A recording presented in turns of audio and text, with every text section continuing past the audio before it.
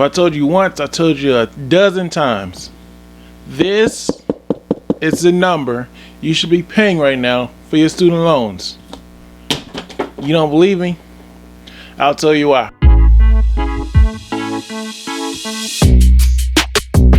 I've made several posts about this. It seems as if a lot of people need more reasons behind why they should not be paying on student loans right now. Alright everyone, here we go.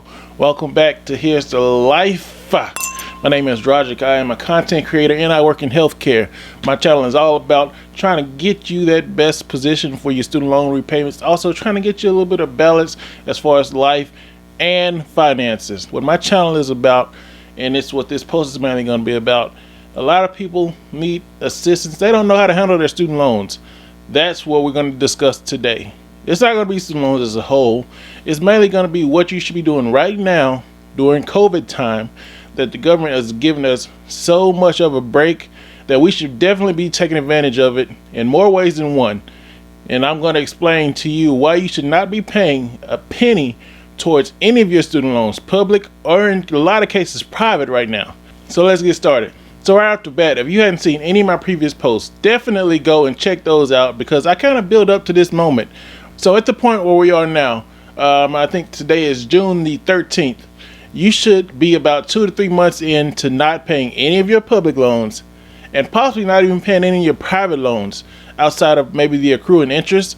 But right now we should all be in administrative forbearance if you have loans financed through the Department of Education. Also, if you have a private lender, you should definitely be in close contact with them because I'm positive they may have some stipulations that allow you to be forgiven for a few months of making payments on your student loans due to national disasters or due to possible forthcoming forbearances.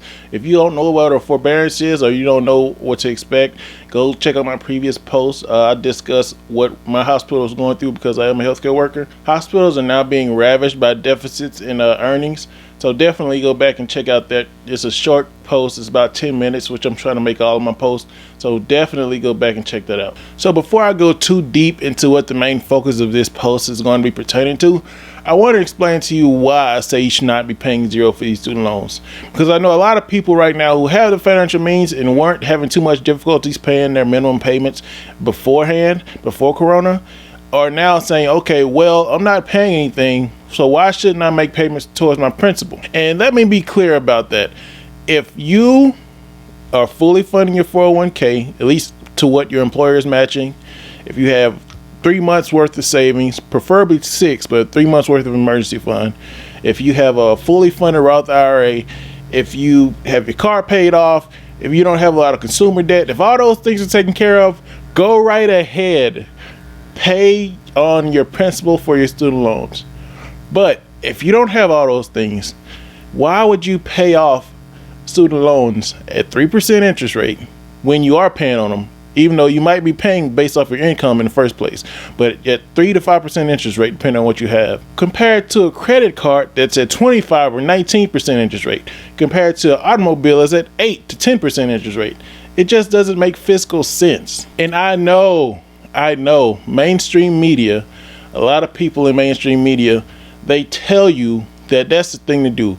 You take advantage right now by being aggressive with your student loans. I mean, I love Susie Orman. I grew up watching her. I love Dave Ramsey. I watch him to this day. But they have a very, I'm not going to say antiquated, they have a very archaic way of thinking when it comes to finances. They still think of student loans as bad debt. If you watch my previous post, student loan is coming now to a point where it can't be bad debt because it's so normalized. So student loans I consider debt, like medium debt. And I say that because a lot of mortgage companies, a lot of automobile companies, a lot of people who run your interest rate, they want to not only see that you're making good payments on all your other bills, they take your student loan payments into account as well. If you're making consistent payments on your student loans and you're capable of not being late, you aren't going into forbearance for them, then they take that into account. So that can't be all bad debt. They don't take into account as much what you're making on your credit card payments, only if you miss some payments or depending on your credit limit. Your student loans, basically, they don't care what the limit is, they just care what you're paying on it. So that's why I say student loan is a medium-sized debt. It's not bad, it's not good, but it's medium. Another point I want to make clear is the fact that, let's say you have $15,000-$20,000 that you don't have a car payment, you are paid off your credit cards, you paying regular payments on your house. I don't say pay off your house yet, but you're making good payments on your mortgage. Why would you pay that towards your student loan debt, and you know its potential? We don't know what industry is close to being shut down now. We don't know where the heads of these companies are. We don't know where a lot of companies are financially. We don't know how much in deficit any entity is right now. Travel industry, healthcare, retail. We know retail is pretty bad right now. So if you work in retail, forget paying off anything. Try to save your money, because it's tough times ahead, but it's like that for everybody. So why would you go out and pay your $20,000 that you work hard for towards paying the principal on your student loans and gaining nothing, when simply by having that money in your bank account, even if it's collecting 2% interest, or in a brokerage account where you can get it in about 5 to 6 business days, where it might be collecting 5% interest, it makes more money sense to do that and have it in these accounts than to pay that towards the principal of your student loans that you are in forbearance right now for anyway. And all of that is the main focus of what I want to say in this post. This post is mainly pertaining to one specific term, which you need to get to know, because that's what you need to be working towards right now.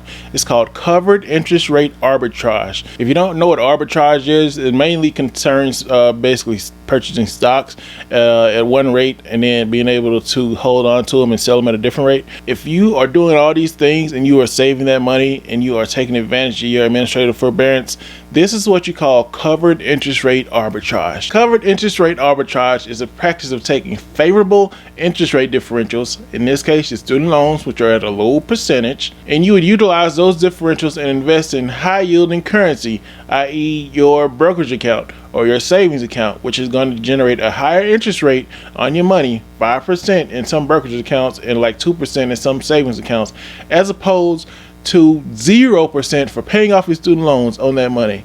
So keep that at the forethought of your brain, especially if you're a person, you're making payments and you have loans in an amount of $200,000-$300,000, anywhere over $70,000 in student loans. You need to be taking advantage of this right now, because you should be making a decent income if you have over $70,000 in student loans. If you don't, I will soon try to help you out with some ideas, mainly all pertaining to going back to school and making some more money, or picking up a side hustle. I hadn't done a side hustle post yet, even though if you have over $70,000 in student loans and your income is only like $50,000-$60,000, we got to figure something out. I'm going to work with you guys. Comment below if you have any ideas. I'm definitely going to include those in my next post. Also, Parent Plus loans. I got a post coming for Parent Plus loans that I really want to discuss how you take advantage of those Parent Plus loans right now if you're a family that don't have college savings for your kids. Parent Plus loans are not a bad idea. You should definitely consider those, and I'll tell you the good strategy to utilize them, not only help your family but to help you out as well. So if you like this post, I try to keep it short. Like, share, and subscribe. Definitely I can delve into it more if you guys want to get more information pertaining to it. I have so much information on arbitrage right now and strategies and how you should be utilizing it. But if you don't take anything from this post today, definitely take this. Don't pay anything right now. Pay zero. Okay? If you want to pay for something, definitely pay towards your consumer debt or any of your bad debt. Remember, student loans, not a bad debt. It's a medium debt. Feel free to like, share, and subscribe. Here's to life.